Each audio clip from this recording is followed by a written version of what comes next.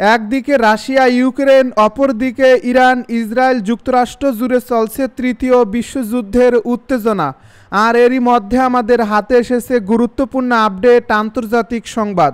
শুরুতেই থাকছে ইরানের আগ্রাসনে অস্তিত্ব সংকটে ইসরায়েল। এবারে থাকছে ইয়েমেনে মার্কিন বিমান হামলায় নিহত বেড়ে ৩১। জানিয়ে দিব ইয়েমেনে হামলা বন্ধে যুক্তরাষ্ট্রের প্রতি আহ্বান রাশিয়ার। এদিকে যুদ্ধবিরতি আলোচনার জন্য প্রস্তুত থাকার নির্দেশ নেতানিয়াহুর।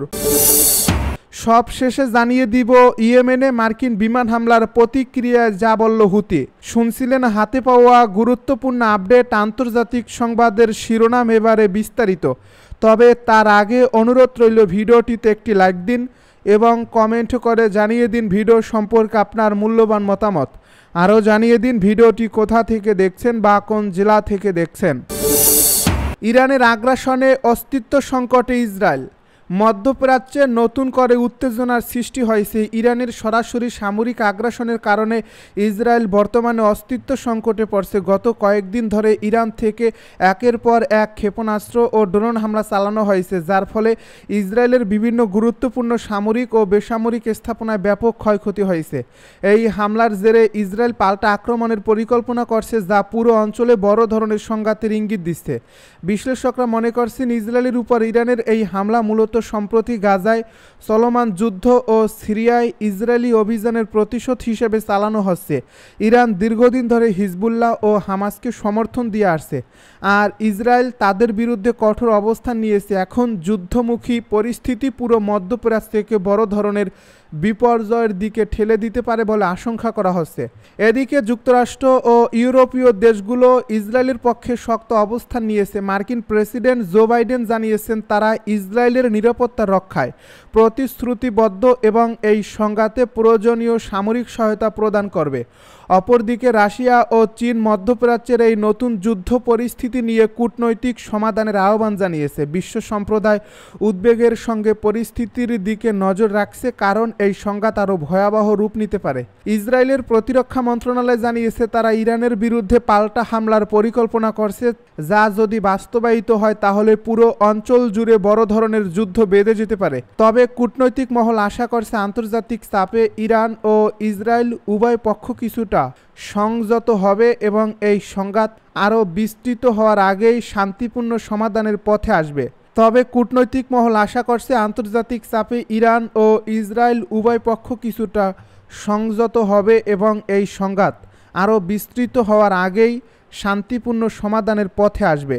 তবে বর্তমান পরিস্থিতি যা দাঁড়িয়েছে তাতে মধ্যপ্রাচ্যের ভবিষ্যৎ ক্রমেই অনিশ্চয়তার দিকে যাচ্ছে। ইয়েমেনে মার্কিন বিমান হামলায় নিহত বেড়ে ৩১। ইয়েমেনে যুক্তরাষ্ট্রের ভয়াবহ বিমান হামলায় নিহতের সংখ্যা বেড়ে ৩১ জনে দাঁড়িয়েছে। তাদের মধ্যে নারী ও শিশুও রয়েছে। এছাড়া আহত হয়েছেন শতাধিক। মূলত গাজা নিয়ে ইসরায়েলকে হুমকি দেওয়ার পরই ইয়েমেনের বিদ্রোহী গোষ্ঠী হুতিদের অবস্থান লক্ষ্য করে হামলা চালায় যুক্তরাষ্ট্র। রোববার এক প্রতিবেদনে এই তথ্য জানিয়েছে সংবাদ মাধ্যম আল জাজিরা।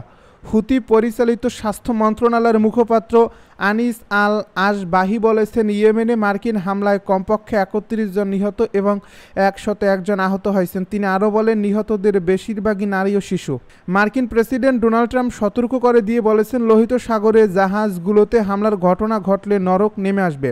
যুক্তরাষ্ট্রের এই হামলার প্রতিক্রিয়ায় হুতিদের মুখপাত্র বলেছেন ইয়েমেনে মার্কিন হামলায় একটি স্বাধীন রাষ্ট্রের বিরুদ্ধে স্পষ্ট আগ্রাসন এবং ইসরায়েলকে গাজায় অন্যায়ভাবে অবরোধ অব্যাহত রাখতে উৎসাহিত করছে। তিনি আরও বলেন বাপ আল মানদেব প্রণালীতে আন্তর্জাতিক নৌ পরিবহনের জন্য হুমকি সম্পর্কে মার্কিন প্রেসিডেন্ট যা দাবি করেছেন তা ভুল এবং আন্তর্জাতিক জনমতের জন্য বিভ্রান্তিকর। ফিলিস্তিনি প্রতিরোধ আন্দোলন হামাস এবং ইসরায়েলের মধ্যে যুদ্ধবিরতি চুক্তি অনুসারে গাজার জনগণের কাছে মানবিক সহায়তা পৌঁছে না দেওয়া পর্যন্ত গাজার সমর্থনে ইয়েমেনের ঘোষিত সামুদ্রিক নিষেধাজ্ঞা কেবল ইসরায়েলি নৌ পরিবহনের মধ্যেই সীমাবদ্ধ। মুখপাত্র আরও দাবি করেছেন লোহিত সাগরে ইসরায়েলের সংযুক্ত জাহাজগুলোতে মধ্যস্থতাকারীদের জন্য দেওয়া ৪ দিনের সময়সীমার পরে হামলা চালিয়েছে হুতিরা।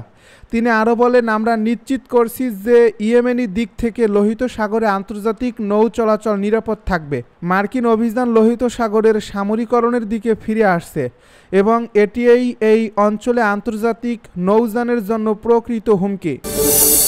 ইয়েমেনে হামলা বন্ধে যুক্তরাষ্ট্রের প্রতি আহ্বান রাশিয়ার। মধ্যপ্রাচ্যের দেশ ইয়েমেনে হুতিদের উপর মার্কিন বিমান হামলায় এখন পর্যন্ত নারী শিশুসহ ৩১ জন নিহত এবং শতাধিক আহত হয়েছেন। এই হামলা বন্ধের জন্য যুক্তরাষ্ট্রের প্রতি আহ্বান জানিয়েছে রাশিয়া। খবর আল জাজিরার। এ খবরে বলা হয়, ইয়েমেনের হুতিদের বিরুদ্ধে বৃহৎ পরিসরে সামরিক হামলার পর রাশিয়ার পররাষ্ট্রমন্ত্রী সের্গেই ল্যাভরভ মার্কিন পররাষ্ট্রমন্ত্রী মার্কো রুবিওর সঙ্গে কথা বলেছেন এবং তাকে সংলাপে অংশগ্রহণের আহ্বান জানিয়েছেন। রাশিয়ার পররাষ্ট্র মন্ত্রণালয় জানিয়েছে, মার্কো রুবিওর যুক্তির জবাবে সের্গেই ল্যাভরভ অবিলম্বে হামলা বন্ধ করার আহ্বান জানান। তিনি আরও রক্তপাত বন্ধের জন্য সব পক্ষের সঙ্গে রাজনৈতিক সংলাপের মাধ্যমে সমাধান খুঁজে বের করার গুরুত্বের উপর জোর দেন। এর আগে শনিবার মার্কিন প্রেসিডেন্ট ডোনাল্ড ট্রাম্প তার নিজস্ব সামাজিক যোগাযোগ মাধ্যম ট্রুথ সোশ্যালে হুতিদের সন্ত্রাসী আখ্যায়িত করে বলেন, তোমাদের সময় শেষ। আজ থেকে অবশ্যই হামলা বন্ধ করতে হবে। যদি তোমরা এটা না করো তাহলে তোমাদের উপর নরকের বৃষ্টি নেমে আসবে, যা আগে কখনো দেখোনি। এরপরই হামলা শুরু করে মার্কিন বাহিনী। ট্রাম্প ক্ষমতা গ্রহণের পর হুতিদের উপর চালানো যুক্তরাষ্ট্রের এটাই সবচেয়ে বড় সামরিক অভিযান। রোববার হুতি পরিচালিত স্বাস্থ্য মন্ত্রণালয়ের মুখপাত্র আনিস আল আশবাহি বলেন, মার্কিন হামলায় কমপক্ষে ৩১ জন নিহত এবং ১০১ জন আহত হয়েছেন, যাদের বেশিরভাগই নারী ও শিশু। হুতিদের রাজনৈতিক ব্যুরো এই হামলাগুলোকে যুদ্ধাপরাধ হিসাবে বর্ণনা করছে। এক বিবৃতিতে বলা হয়েছে, আমাদের ইয়েমেনি সশস্ত্র বাহিনী মার্কিন এই হামলার প্রতিক্রিয়া জানাতে সম্পূর্ণ প্রস্তুত। যুদ্ধবিরতি আলোচনার জন্য প্রস্তুত থাকার নির্দেশ নেতানিয়াহুর। গাজায় যুদ্ধবিরতি নিয়ে আলোচনার জন্য প্রতিনিধি দলকে প্রস্তুত থাকার নির্দেশ দিয়েছেন ইসরায়েলের প্রধানমন্ত্রী বেনিয়ামিন নেতানিয়াহু। যুদ্ধবিরতি নিয়ে আলোচনা শেষে কাতার থেকে ফিরে আসা একটি প্রতিনিধি দলের সঙ্গে বৈঠকে এর নির্দেশ দেন তিনি। টাইমস অফ ইসরায়েল ও আল জাজিরার খবরে বলা হয়, ওই বৈঠকে ইসরায়েলি মন্ত্রী এবং নিরাপত্তা কর্মকর্তারা উপস্থিত ছিলেন। এ সময় নেতানিয়াহু ট্রাম্পের মধ্যপ্রাচ্য বিষয়ক দূত স্টিভ উইটকফের প্রস্তাবের অধীনে আলোচনার প্রস্তুতির নির্দেশ দেন, যার মধ্যে ১১ জন ইসরায়েলি বন্দীর তাৎক্ষণিক মুক্তি এবং মৃত বন্দীদের অর্ধেকের দেহাবশেষ অন্তর্ভুক্ত রয়েছে। ইসরায়েলি রাষ্ট্রীয় সম্প্রচার মাধ্যম কেএন জানিয়েছে যে উইটকফ ১০ জন বন্দীর মুক্তির বিনিময়ে যুদ্ধবিরতি ৬০ দিনের জন্য বাড়ানোর পরামর্শ দিয়েছেন। এদিকে শুক্রবার হামাস যুদ্ধবিরতি বাড়ানো এবং আরও ফিলিস্তিনি নিরাপত্তা বন্দীদের মুক্তি দেওয়ার বিনিময়ে সে জীবিত ইসরায়েলি মার্কিন জিম্মি এডান আলেকজান্ডারকে মুক্তি দেওয়ার প্রস্তাব দিয়েছে। এছাড়া ইসরায়েলি মার্কিন দ্বৈত নাগরিকত্বধারী ৪ জন ইতাই সেন, ওমর নিউট্রা গাদি হাগাই এবং জুডি ওয়েস্টাইনের মৃতদেহ ফেরত দেওয়ার প্রস্তাব দিয়েছে। তবে ইসরায়েল এবং যুক্তরাষ্ট্র উভয়ই হামাসের এই প্রস্তাব প্রত্যাখ্যান করছে। ইয়েমেনে মার্কিন বিমান হামলার প্রতিক্রিয়ায় যা বলল হুতি। ইয়েমেনে মার্কিন বিমান হামলা ইসরায়েলের অন্যায়ভাবে গাজা অবরোধকে উৎসাহ দিচ্ছে বলে মন্তব্য করেছেন দেশটির বিদ্রোহী গোষ্ঠী হুতি। এছাড়া এ হামলাকে নির্লজ্জ আগ্রাসন বলে অভিহিত করেছে গোষ্ঠীটি। রোববার এক প্রতিবেদনে এই তথ্য জানিয়েছে আল জাজিরা। এই প্রতিবেদনে বলা হয়েছে, ইয়েমেনে ভয়াবহ বোমা হামলা চালিয়েছে যুক্তরাষ্ট্র। এতে নিহতের সংখ্যা বেড়ে ৩১ জনে দাঁড়িয়েছে, তাদের মধ্যে নারী ও শিশু রয়েছে।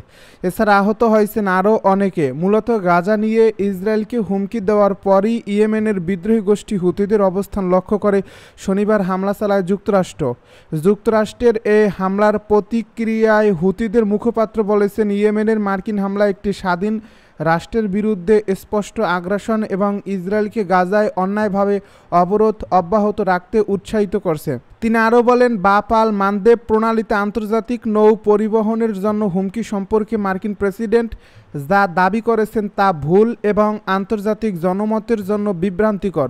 ফিলিস্তিনি প্রতিরোধ আন্দোলন হামাস এবং ইসরায়েলের মধ্যে যুদ্ধবিরতি চুক্তি অনুসারে গাজার জনগণের কাছে মানবিক সহায়তা পৌঁছে না দেওয়া পর্যন্ত গাজার সমর্থনে ইয়েমেনের ঘোষিত সামুদ্রিক নিষেধাজ্ঞা কেবল ইসরায়েলি নৌ পরিবহনের মধ্যেই সীমাবদ্ধ। এ মুখপাত্র আরও দাবি করেছেন, লোহিত সাগরে ইসরায়েলের সংযুক্ত জাহাজগুলোতে মধ্যস্থতাকারীদের জন্য দেওয়া 4 দিনের সময়সীমার পরে হামলা চালিয়েছিল হুতিরা। তিনি আরও বলেন, আমরা নিশ্চিত করছি যে ইয়েমেনি দিক থেকে লোহিত সাগরে আন্তর্জাতিক নৌযান চলাচল নিরাপদ থাকবে। মার্কিন অভিযান লোহিত সাগরে সামরিকরণের দিকে ফিরে আসছে এবং এটি এই অঞ্চলে আন্তর্জাতিক নৌযানের জন্য প্রকৃত হুমকি।